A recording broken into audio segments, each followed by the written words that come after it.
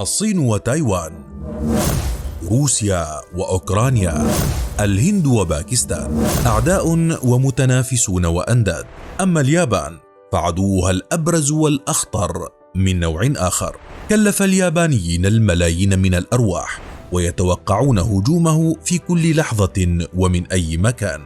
الطبيعة العدو الأبرز لليابان منذ الأزل وربما للأبد، التي سخيت على اليابانيين بكوارثها وبخلت عليهم بثرواتها.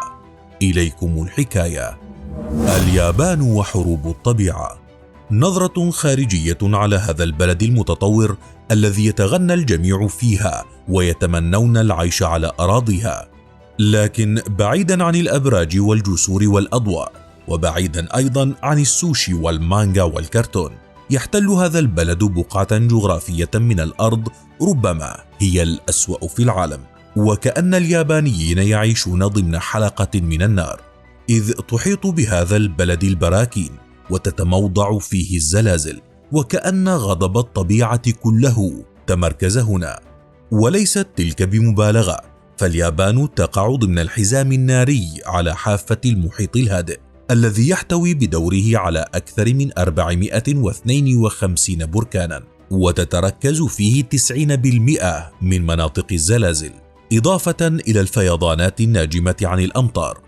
وخلال العقود الأربعة بعد الحرب العالمية الثانية وكارثة هيروشيما وغيرها، تحديدا من عام 1945 وحتى نهاية عهد شوا عام 1989، تعرضت اليابان لهجمات منتظمة من الطبيعة كانت تقتل 10,000 إنسان تقريبا كل عام.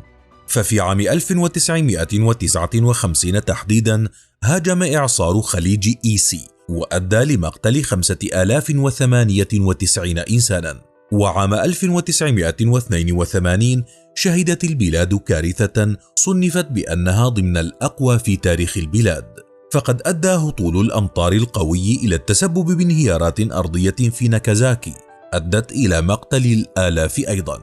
وفي عصر هيسي الياباني الذي بدأ عام 1989 أعلنت الطبيعة غضبا غير مسبوق على البلاد، حيث تسبب زلزال لوما بريتا بأضرار كبيرة ومقتل الآلاف أيضا. أما في عام 1991 فقد قتلت تدفقات الحمم البركانية الآلاف نتيجة ثوران جبل فوجن في كيشو في هوكايدو.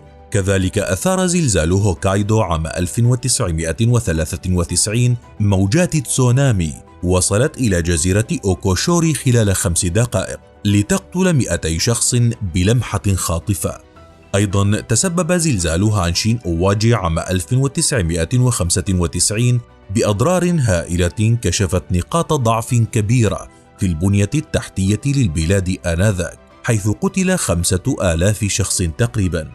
أما في عام 2004 فقد أدى زلزال نيغاتا تشوئيتسو إلى انهيارات أرضية كشفت هشاشة الطبيعة والتضاريس في المناطق الريفية الجبلية. ولا ينسى اليابانيون أيضا زلزال الشرق الياباني الكبير الذي ضرب اليابان عام 2011 وتسبب في مقتل أكثر من 22,000 شخص.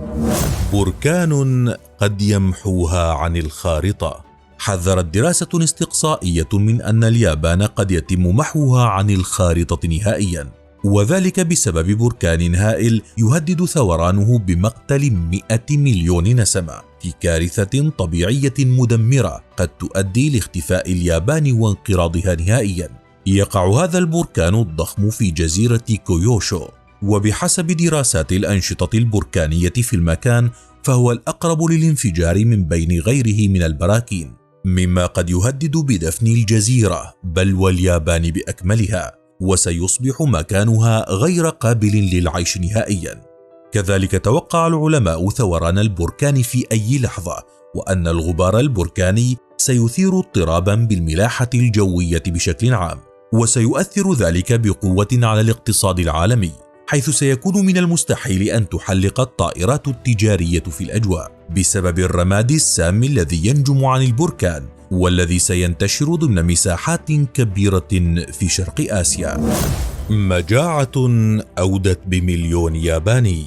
حروب اليابان مع الطبيعة ليست وليدة الحاضر فقط، ولم تقتصر على البراكين والزلازل، ففي الفترة ما بين عامي 1782 و 1788 كانت أسوأ الأعوام بتاريخ البلاد، والتي نجمت عن غضب غير مسبوق من الطبيعة تكاتف معه المناخ أيضا، ليتسبب كل ذلك بمجاعة توصف بالأسوأ في تاريخ اليابان. بدأت بتراجع المحاصيل الزراعية إثر تغيرات مناخية خاصة في جزيرة هونشو، أكبر جزر أرخبيل اليابان، حيث أفسدت الأمطار الغزيرة والطقس البارد نسبة كبيرة من محاصيل الحبوب السنوية. ومنذ عام 1782 بدأ الوضع يزداد سوءا، مما أدى لارتفاع كميات الرماد والدخان البركاني الغني بغاز ثاني أكسيد الكبريت الذي استقر فوق البلاد، فحجب نسبة كبيرة من أشعة الشمس، مما ساهم في انخفاض درجات الحرارة. كل ذلك تكاتف لينجم عنه في النهاية تدهور كبير لمحاصيل اليابان الزراعية، ولتتفشى المجاعة في البلاد. وقد ساعد على انتشارها أكثر وإطالة أمدها سياسات حكومية خاطئة لم تفلح في الحد منها. وهكذا عمت المجاعة والأوبئة أرجاء اليابان، في كارثة أسفر عنها وفاة أكثر من 2,000,000 ياباني، وعرفت باسم مجاعة تينماي نسبة للفترة التي حدثت بها. ماذا فعل اليابانيون؟ لم يستسلم اليابانيون أبدا أمام الطبيعة، وقد عرفوا بأنهم شعب ذو إرادة قوية لا يستسلم، حيث وقف الشعب الياباني بأكمله ضد حروب الطبيعة التي تهدد وجوده. كذلك ركزت القيادة في اليابان على هذا الجانب، وكأنها في حالة حرب مستمرة ضد عدو من نوع آخر. مثلا تعد إدارة الفيضانات في اليابان ضمن خليات الأزمة المستمرة منذ أجيال. كذلك قررت الحكومة اليابانية حماية جميع القرى والبلدات المعرضة للخطر، وذلك من خلال بناء جدار خرساني على طول الساحل أنفق عليه 11 مليار دولار تقريبا، وبلغ طوله 400 كيلومتر، إضافة إلى جدران بحرية أخرى وقنوات تصريف وسدود تتركز مهمتها في تنظيم تدفق النهر. هكذا استطاع اليابانيون التخفيف قليلا من الأخطار التي تحدق بهم، سواء بالإجراءات الحكومية الرسمية أو بالتعايش مع هذه الأخطار أملا في القضاء عليها. ولكن يبقى السؤال: من سيكون المنتصر في هذه الحرب التي تهدد البلاد في كل لحظة من عمرها وفي كل بقعة من أراضيها؟